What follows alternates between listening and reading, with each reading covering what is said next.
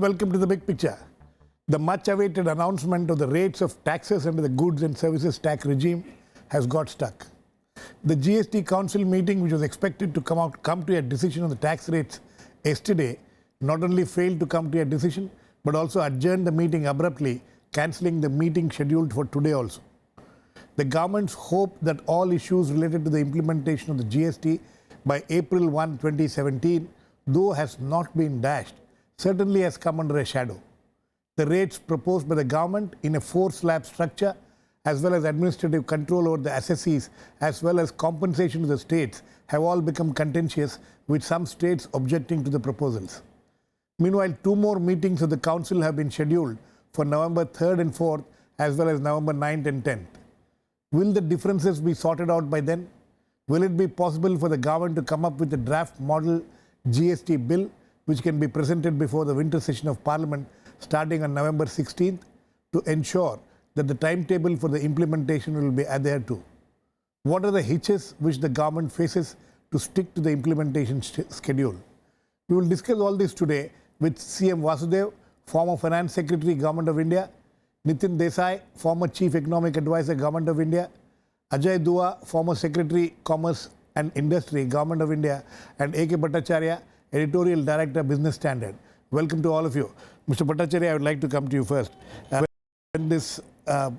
When we were discussing the GST in the past 1 year, 2 years, whatever, we were talking of a single rate of tax.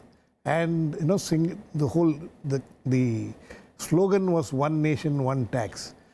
How does that gel with the proposals now which the government has put before the council? Well, I think it's a major setback in a sense that you started off with the idea of a GST that would have fed into a variety of government's programs, ease of doing business, integrating the whole country into one single market. Even Make in India program would have got a boost.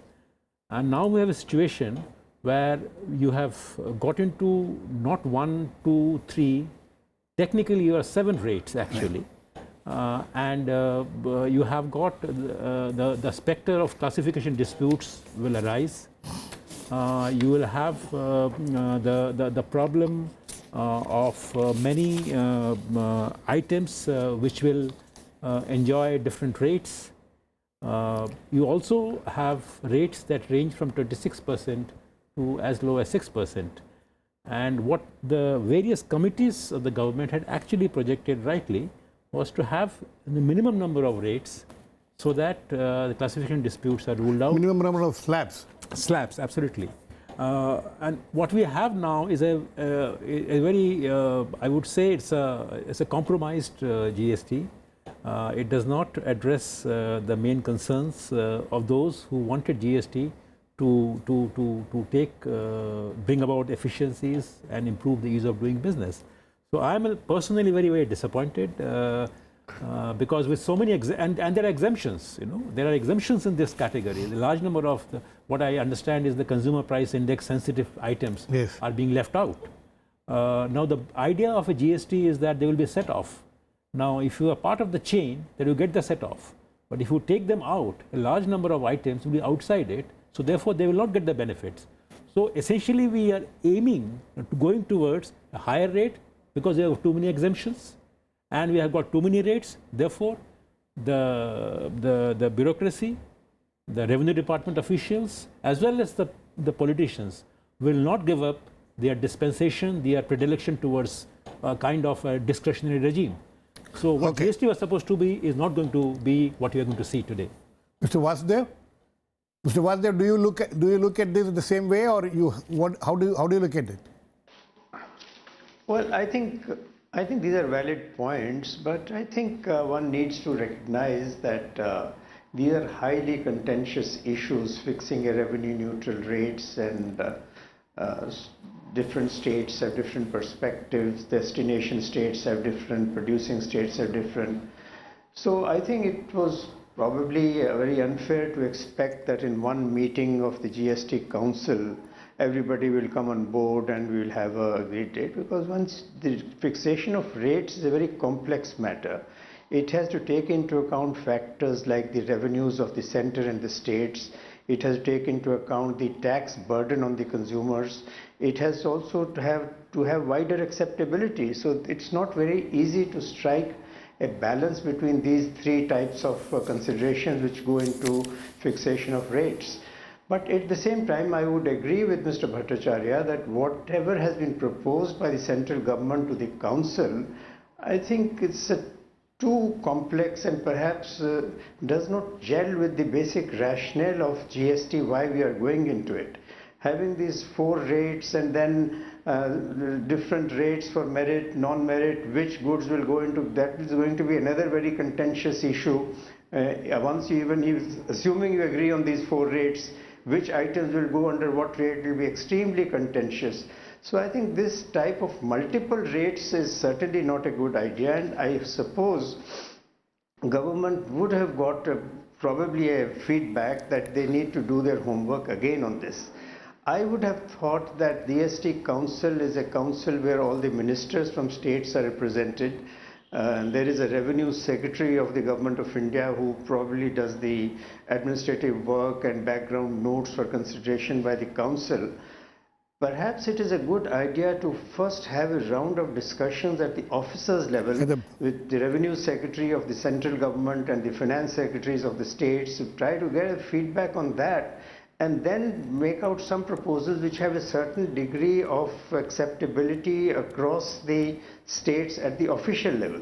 Okay. And then put it up to the political body, which is the GST Council. Okay. And I think the government probably needs to do its homework once again to be able to present rates which are acceptable to the council and also acceptable to people outside and the experts and all that. Absolutely. Because these type of rates, as it is, we are having a very truncated GST with petroleum and alcohol and things of that type out of the GST, and on top of that we've got this complicated 4-rate structure, not knowing which, and every year there will be again joking that why don't you put me from merit to non-merit or non-merit to merit. Yeah, it will be the same old. So it will be the same old thing. Simplified. Don't have more than 2 rates. I think that is something. Okay. And the third point, I think, on the cess that they have proposed for compensation provision to the states, that again I think is not a very good idea.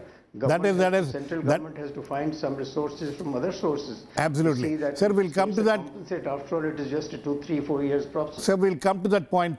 Yeah. Yes, Mr. Desai. I think basically what has happened is that this is a proposal which came from the economic advisors to the government, Vijay Kelkar, Amresh Bakshi, etc., for simplification. I think the tax bureaucracy has taken over. And they have interpreted the idea of revenue neutrality in a rigid way. And basically what I see is they've tried to devise a structure so that everything has more or less the same rate as it has now. And they brought it... Somebody has written it's a old wine in a new bottle. It is basically what I say. We wanted a game changer. They've given us a name changer. We really wanted something radically different. They've given us something where everybody, and they've even included the cesses now. Now the cess is back. It was supposed to be absorbed. What I don't think they're understanding adequately is that we had that complicated system, which was when we were talking mainly about taxation of manufactured goods.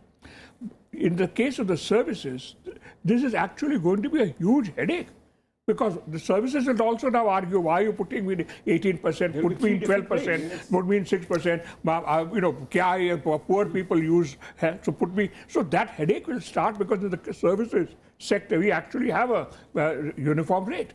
Now, you are... Right now, we have a uniform rate. Yes. Exactly. And now when the option of, as he says, 7 rates is there, because besides this 4, you have the demerit goods rate, and then you also have the 4% on gold. Yeah. So that's what he was saying about actually a 7-slab system. Yeah. I think basically they are asking for trouble. They are basically moving over to a system which will have all of the complications of the present one, all of the jockeying for classification which you have in the present one. The only real advantage would be the slightly uniform administration across states, and they are going to have big political problems. And if they don't do it by April 1st, I suspect that the political masters will probably say, now abhi chodo, let's do it after the election. That is, in fact, if I remember correctly, in the same program, sometime back when we discussed this, somebody expressed this kind of a, suspicion that maybe it will just get postponed. Mr. Dua, how do you look at this? And is there an attempt to make this inflation neutral? Has that been the major concern in all this? First, how I look at it, I think all that's happening is going by the principle that the best is enemy of the good. So let's not aim at something which is most optimum. We realize that. And there I have a slight soft corner for this approach, because you are trying to do that in a federal setup where the states are being asked to give up their taxation powers, which constitutionally they had all this while.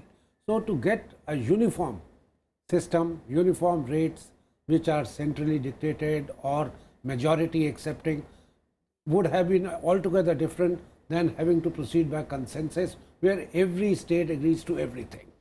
That's I think the price which we are paying for this democracy and federal. Is this a problem from the states? No, absolutely. This is driven by... Has this problem emerged from the states? I would say every state has a point of view on this.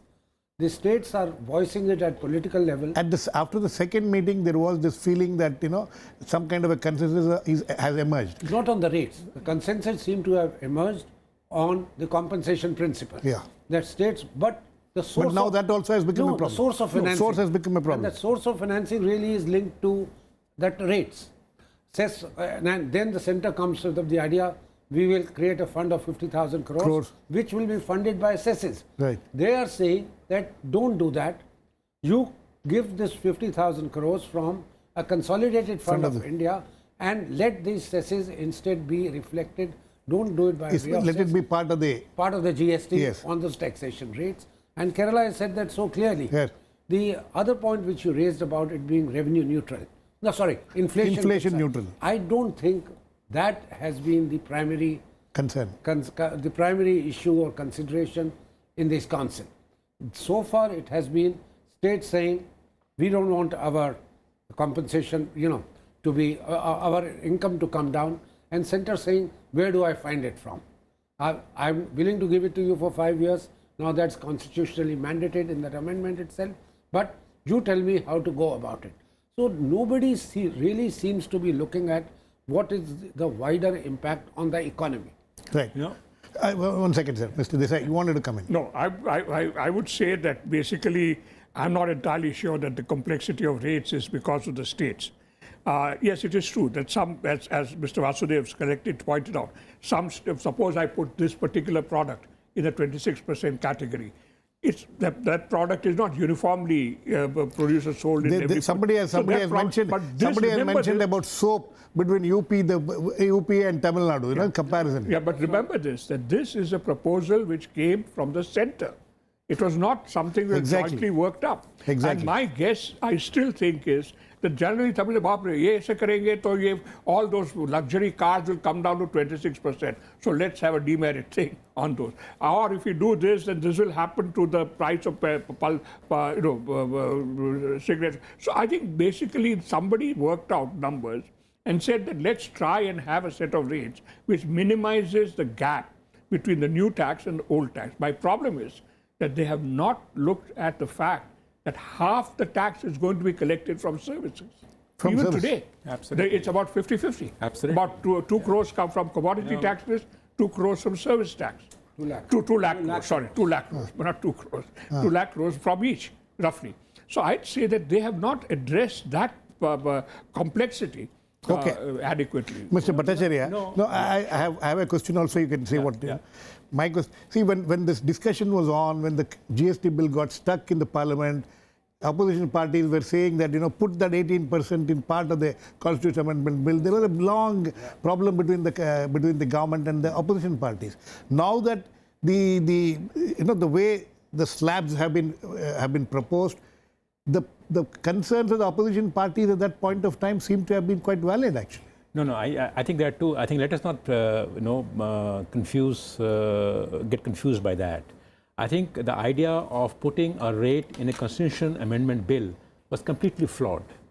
I don't think it is suicidal to put a kind of a cap on a rate in a constitution bill, is better to put it in a finance bill, like we will have it, which can be changed at any time of the year, where you can produce things. So I don't think that is the real problem. The real problem, what has happened, is actually threefold.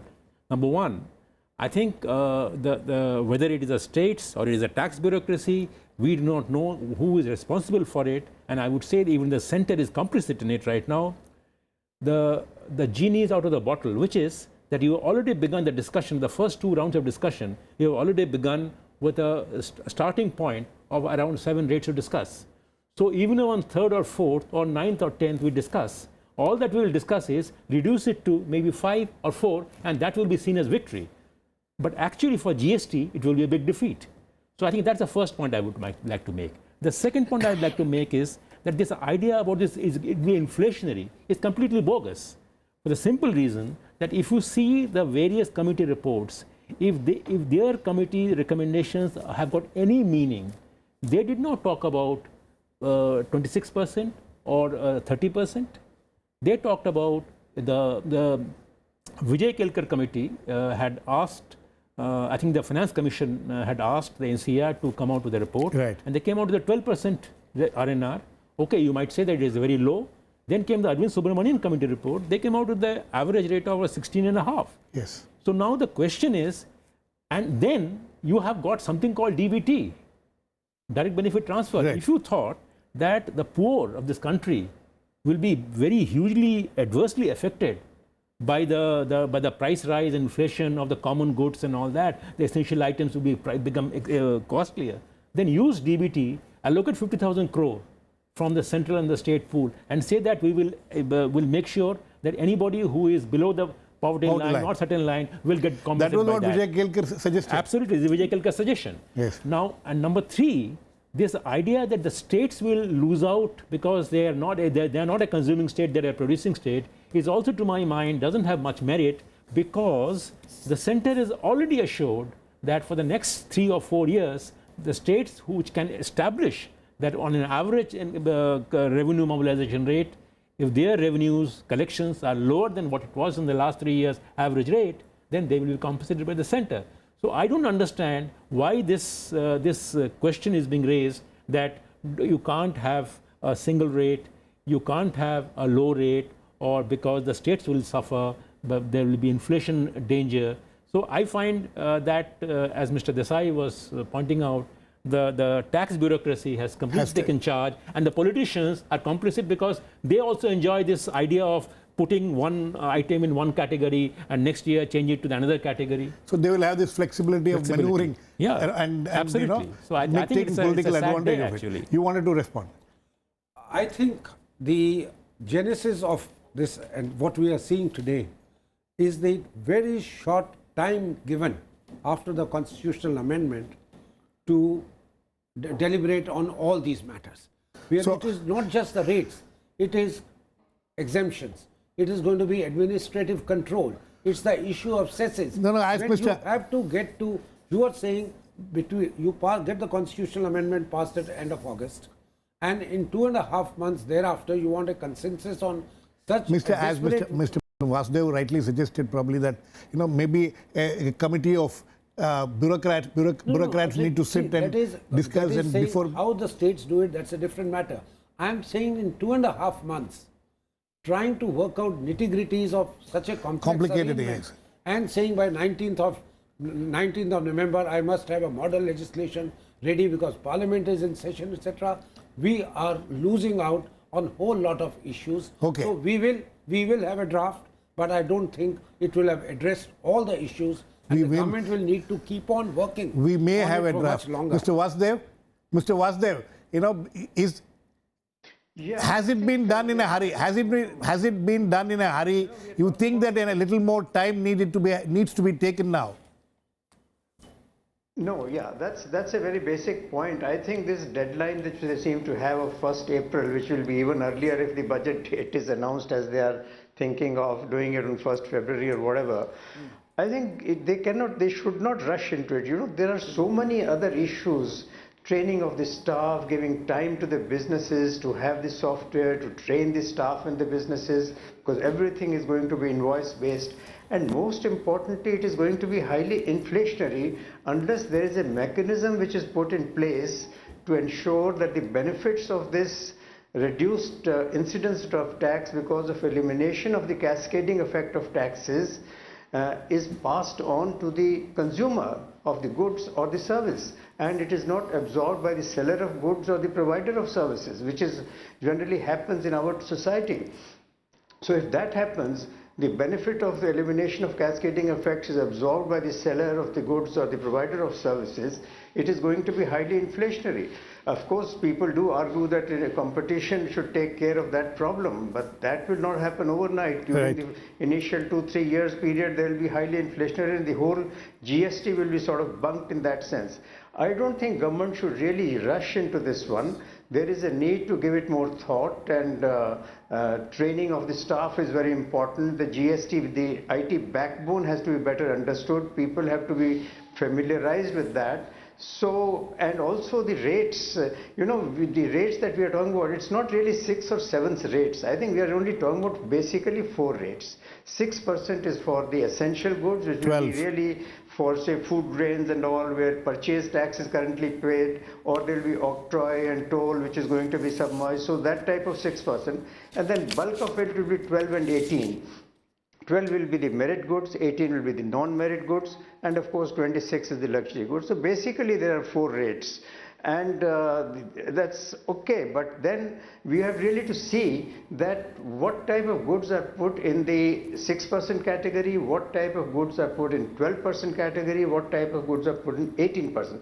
26% is the luxury items, maybe some sin tax items like cigarettes and all may have an extra cess and all, which nobody will mind, but there will be only a handful of items. So we shouldn't really say and argue that we are talking about 7 rates and they will come down to 4 and 5 and government will claim a victory. It is not so. We are just talking about 4 rates. Absolutely. But the real 4 rates. challenge is going to be which products are going to be put in which category. And that is going to be the most contentious thing. A little while earlier. Once again, let me repeat. And how is it ensured that it is passed on to the consumer?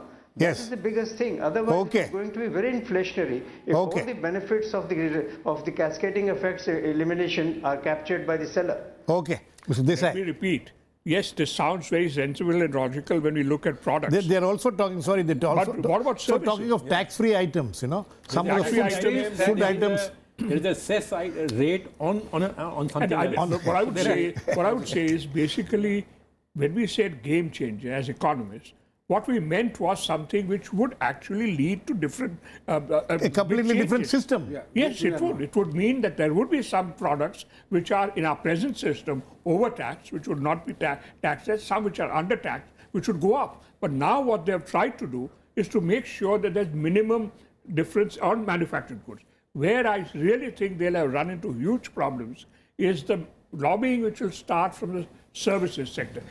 The other reason, you see, it's very well to say that take your time, don't do it right away, maybe it'll take another year or 6 months. Their problem is the real headaches of implementation and the